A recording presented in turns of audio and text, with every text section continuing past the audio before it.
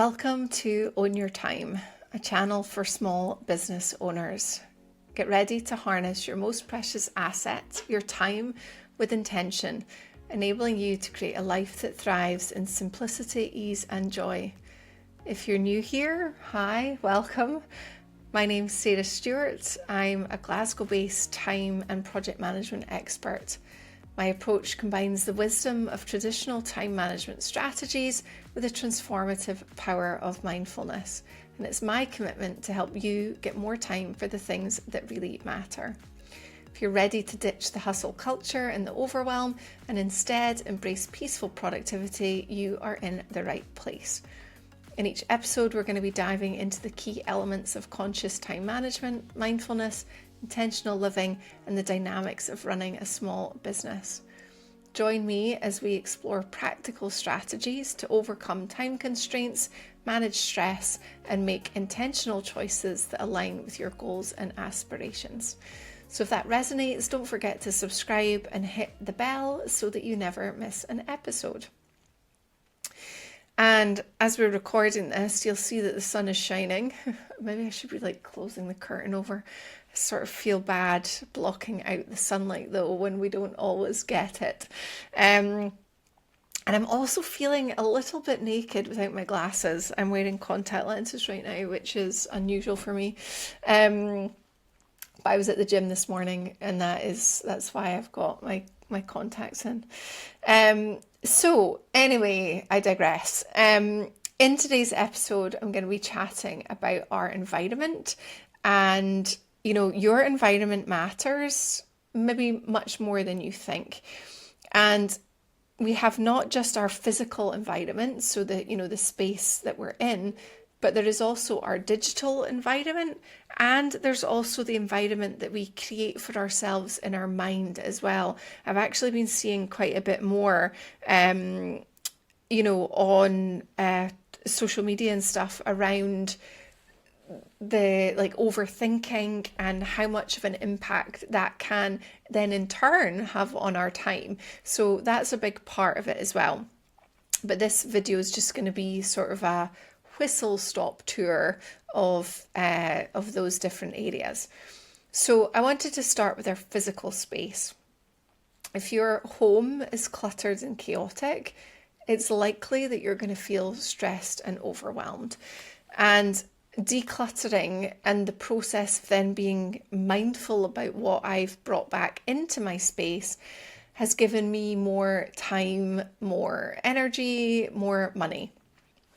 And there are so many statistics out there around lost time, but I wanted to just share a couple that I thought were quite eye-opening.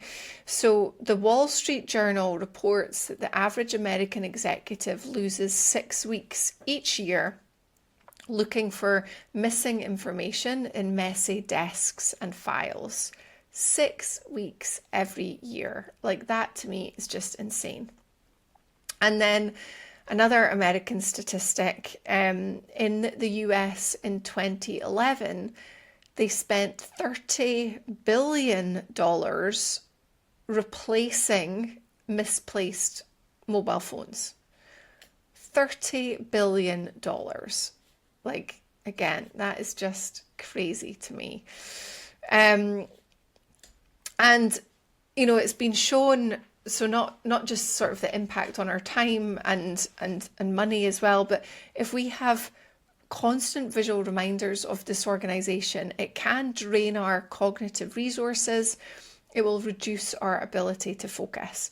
So we're going to have an increased likelihood of procrastination if your environment is filled with stuff.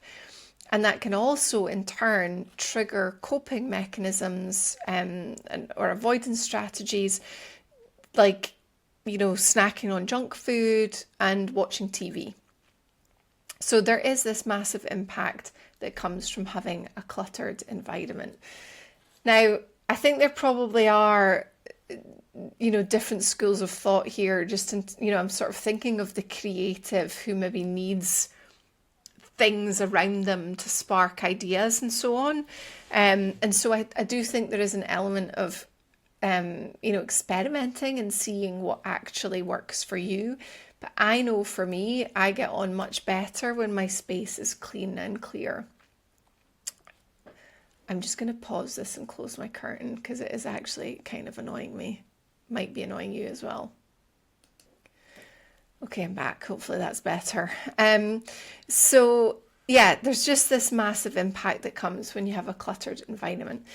Now, when I come to my house, I subscribe to an approach that's called Stagning, if I've pronounced that correctly, and it's Swedish Death Cleaning. Now, that might sound a little bit morbid, but bear with me. It's the premise that you're essentially decluttering your home to make it easier for your loved ones when you pass. Now, that's hopefully not going to be anytime soon, but it can be done at any time, and it's not intended to draw attention to death, but it's thinking more like the flip side, like how we can celebrate life. And so the approach involves, holding on to items that have meaning for you, because subsequently they will have meaning for your loved ones when you do pass. So when I think about the things in my home, I've got a lot of items that are out on display that have a story behind them. I've got like antiques and ornaments that were my late mum's. I've got a few pieces that were from my gran as well. And it's allowed me to curate a home that has meaning. And so for me, I find it to be sort of a more gentler approach compared to the true minimalism, where you would be getting rid of all of your things that don't serve a purpose. And when we think about decluttering, we want to ensure that we're anchoring back our efforts to our values, which we spoke about in another one of these videos, and also thinking about our future vision as well.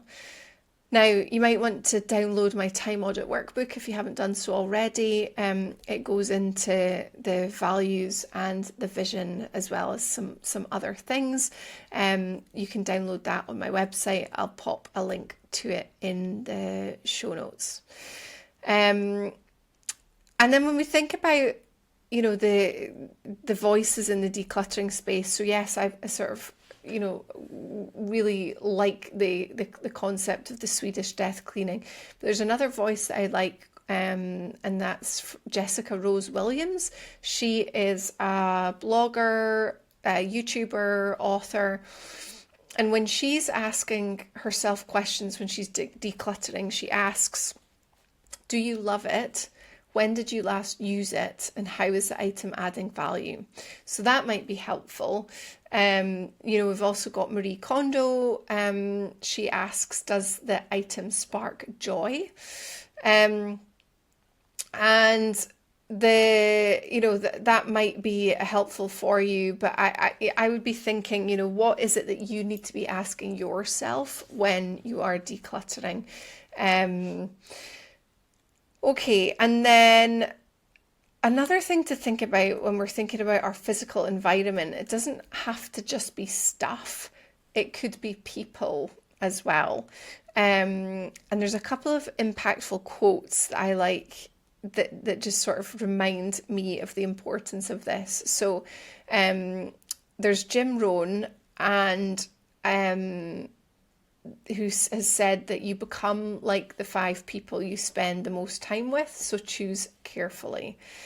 And then there's another quote that is something along the lines of like, show me your friends and I'll show you your future. I can't remember who it was that said that, but I'll put it in the description.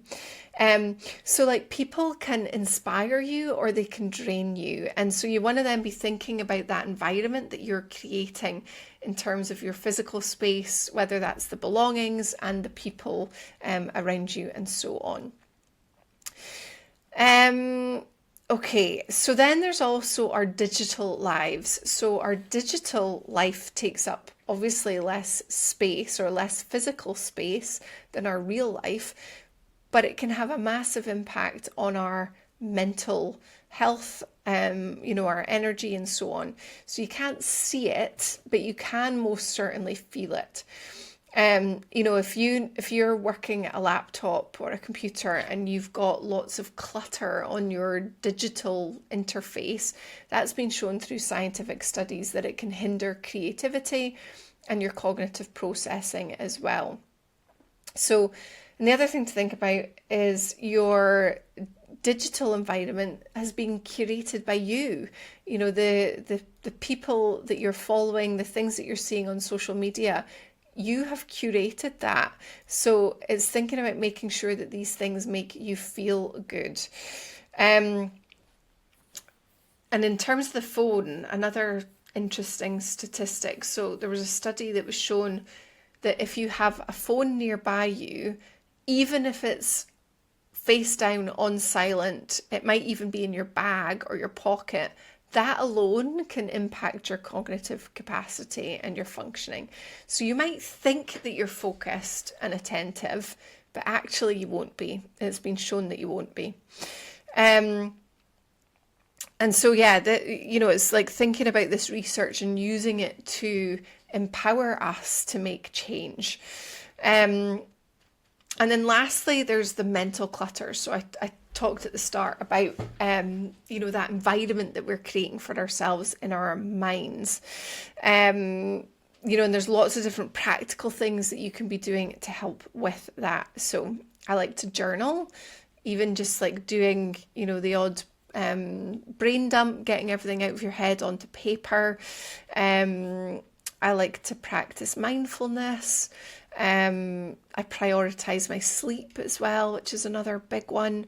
And we'll maybe sort of come back to some of these in future videos. But I just wanted to sort of have that little nod towards the fact that there is also our mental environment and mental clutter. And these are things to work on as well when we're thinking about our environment as a whole. So in terms of takeaways, there's the dog, hold on. She's still barking. So that's one of my pet peeves. Someone came to deliver something to the house, rang the doorbell and everything, and then I finish what I'm doing, run down, and then they're not even there. They've just left it on the doorstep. Like, why did they need to ring the doorbell? Anyway, so in terms of takeaways, or homework, if you want like an exercise to do, see if you can start being more mindful about your environment. If you've been putting off decluttering, which I know a lot of people do, it's something quite common in, clients and people I work with. Because it can be quite overwhelming, especially if you're not in the habit or practice of doing it. But what is a baby step that you could do today? And if you want a bit of accountability, just come onto Instagram. That's where I normally hang out. You can tag me and let me know how you're getting on. So hopefully that's something to think about at least. And maybe experiment, see what it's like working with a clean and clear desk if you don't normally work that way, and sort of see what sort of impact it has on your mood and how you get on in your day. So thank you for joining me.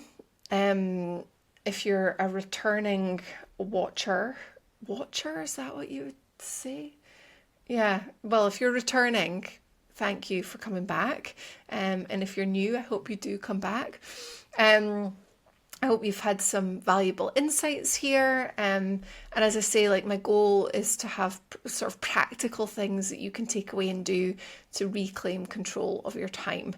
Build a thriving life and business. So if you enjoyed the video, please do subscribe and leave a comment. I would love to hear from you. It's really, really appreciated from me as I get this endeavour off the ground. If you haven't already downloaded my time audit workbook, it's free. It's full of exercises and other, journal prompts, different things that you can work on. You'll get that on my website, sarahstewart.co.uk/time audit workbook, and I'll put the link in the notes as well. So I think that's all for just now. Until next time, bye for now.